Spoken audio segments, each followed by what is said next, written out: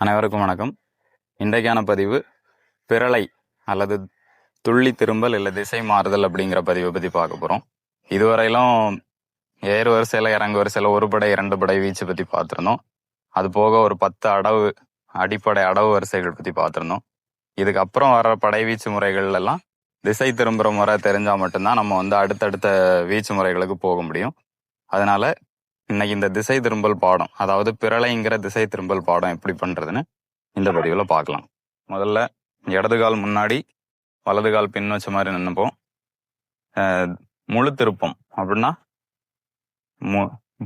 முதுகு புறமா திரும்பி ஒரு முழு வட்டத்துல எந்தெந்த கால் எங்கெங்க இருக்கோ அதே இடத்துல நிற்கிறது.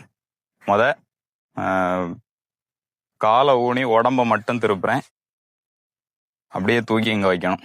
இது முதல் முறை. முதல்ல பயிற்சி பண்றப்போ அப்படியே தூக்கி முன்னாடி.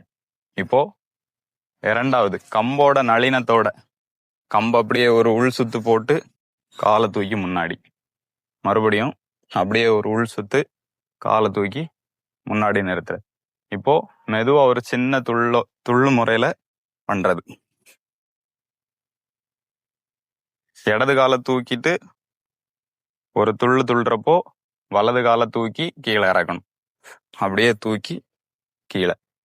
இது அப்படியே முழு சுத்து நல்ல வேகமா சுத்துறப்போ அப்படியே வரல.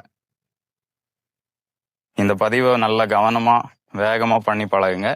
இது சண்டை முறைகள்லையும் வீச்சு முறைகள்லையும், சண்டை முறையில நல்ல பலமான பிறலை அடி அப்படிங்கிற அடி வரிசையிலையும், வீச்சு முறைகள்ல திசைகள் மாறவும் நல்ல வசதியா இருக்கும்.